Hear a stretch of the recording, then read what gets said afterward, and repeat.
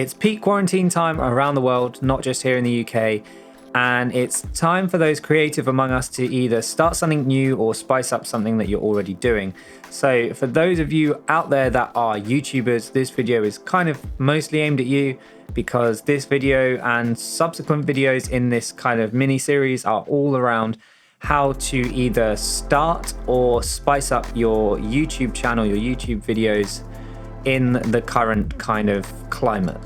The main things that you should consider right off the bat are your camera, your audio, your background, and your lighting. Obviously, this is aside from your content or story, but in terms of the technical aspects, that will cover us. So this video is going to focus on the camera side of things, and the following videos will cover off those other aspects as we go on through this mini series. Now, in my opinion, based on the things that I've looked at, if you're wanting to start creating high quality YouTube videos, you're going to want a good camera designed for getting the most out of the image. Now, this isn't about brands, it's about price to performance. So let's start off by talking about what I think is going to give you the highest quality.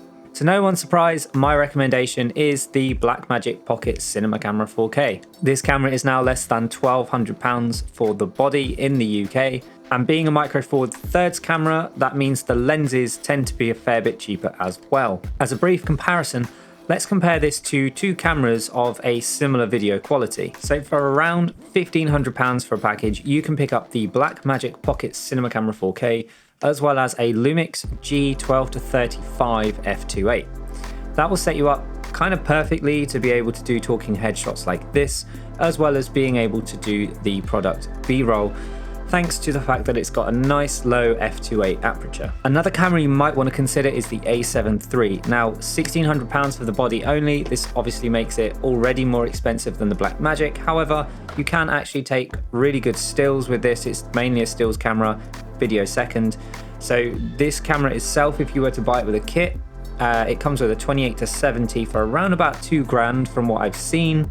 Now that will give you a similar performance to what you would get out of the Blackmagic with a Lumix G12-35. It's got a really similar focal length, so 24-70 rather than 28-70.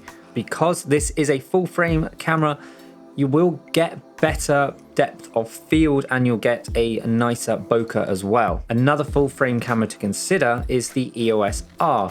Now, for all of its shortcomings and drawbacks, the EOS R is still a fantastic camera for both photo and video. Even now in 2020, we are on the cusp of Canon releasing their 8K mirrorless camera, the EOS R5.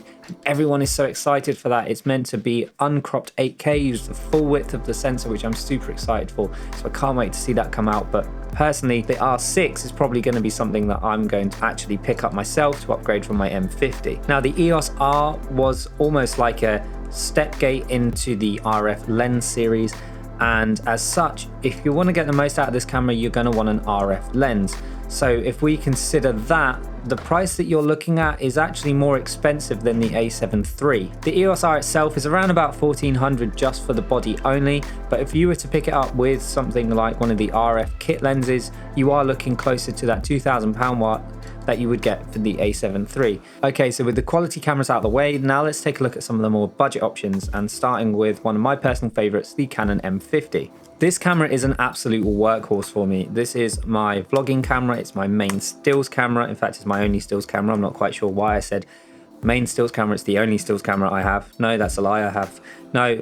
This is my stills camera. This is a stills camera, my stills camera, my vlogging camera. This is my gimbal camera because I've got a light gimbal, can't actually handle the Pocket 4K properly. This is also my B camera in many situations. Some of my talking head stuff, I'll set up a B camera, which will sit kind of offside over there.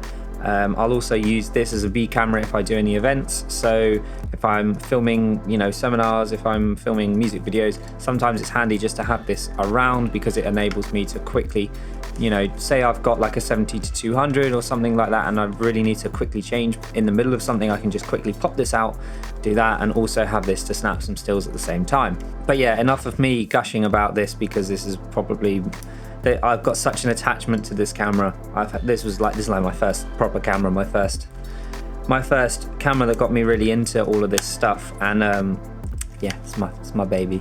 So yeah, I'm going to stop gushing about that now. In terms of what I would recommend for this, I'd actually recommend using the lens I'm using on the Pocket 4K now, which is it's a 20mm Sigma.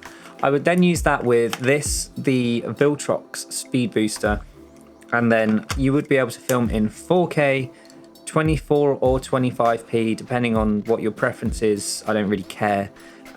You can film, and that negates that 4K crop, which is amazing. So you're then filming obviously with you're still filming with a crop, but it's nowhere near as bad as filming with the 4K crop that it would ordinarily do. So that then leaves us with the price. So the price for all of those bits, the camera I think is around about 650 new, so we'll run with that. The Viltrox Speed Booster is £120, and the Sigma lens, you can pick one up for around about £100 second hand. Lenses hold their value, they hold their quality, providing someone hasn't abused it. Pay attention to it. I do have a video on buying secondhand lenses. That link is up in the top left corner, I think. I can never remember.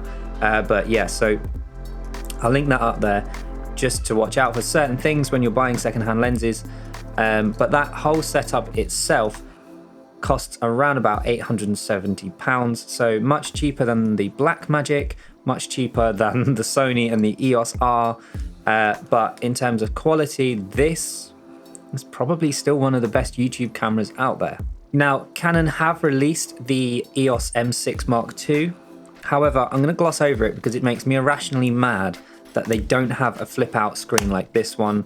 There's a flip up much like the Sony's, and I think in 2020, if you're not having a bloody flip LCD that can do this so you can actually see what you're doing, you've really missed a trick, and it really makes me mad. So we're just going to gloss over that camera completely. Now, speaking of Sony, yes, it doesn't have a flip out LCD like I just said, but the a6000 is an absolute bargain if you are wanting to either set up a YouTube channel kind of like this, have it as your A cam, have it as your B cam if you just want an additional camera, or if you're a streamer, you can actually use that to have as your webcam. I mean, you can use this as well, however, this is a lot more expensive than the a6000. A6000 can work with something like the Elgato Cam Link, so can this, but all that really needs is a clean feed, external power so it doesn't, you know, run out of juice. But in terms of like the actual kind of quality of the camera, that would be a massive step up for a lot of streamers. So if you're an up and coming streamer and you're wanting to up your quality of your video, you can do that. I might do a video on streaming setups. I might collaborate with one of my friends who's really into it, and he's got probably a better streaming setup than most streamers I know, and I might do like a collaboration setup with him, just because I think it's a very interesting topic. There's lots of cool stuff around there. I'm massively into PC gear, I'm massively into gaming, so I'd actually really like to do one of those videos. Stay tuned, don't forget to subscribe to be notified when that video goes live. So for a similar setup to what I was talking about for the M50, you can actually get that for around about £450 with the a6000, because the body itself now is around about £250 from somewhere like John Lewis, and that comes with a lens, albeit quite a bad lens, but it comes with the lens nonetheless. That kind of wraps up my summary of the best YouTube cameras for this period in 2020. You can still get all of them. The prices might fluctuate a lot due to supply and demand. However, I've got to say, like, now, if you're stuck inside, now is a really good time to, you know, really be flexing that creative muscle, really be thinking about, you know, starting a YouTube channel, starting some creative projects, really start working on something that's going to keep you busy, something that's going to distract you. If it's a piece of content, something that's going to distract other people, bring benefit to the community. You know, this really is a time for everyone to develop stuff that they've always wanted to have time to work on but never have. Myself, I'm working on things like this, working on learning how to use 3D modeling software like Blender, learning how to do visual effects, also playing lots of games, but that's neither here nor there. And you know, it really is quite a best of a bad situation time for everyone. If you want to see the next few videos where we talk about audio, we talk about backdrop, we talk about lighting, don't forget to like, get subscribed, like the bell to stay notified whenever I release a new video, and I will see you in the next one. Bye.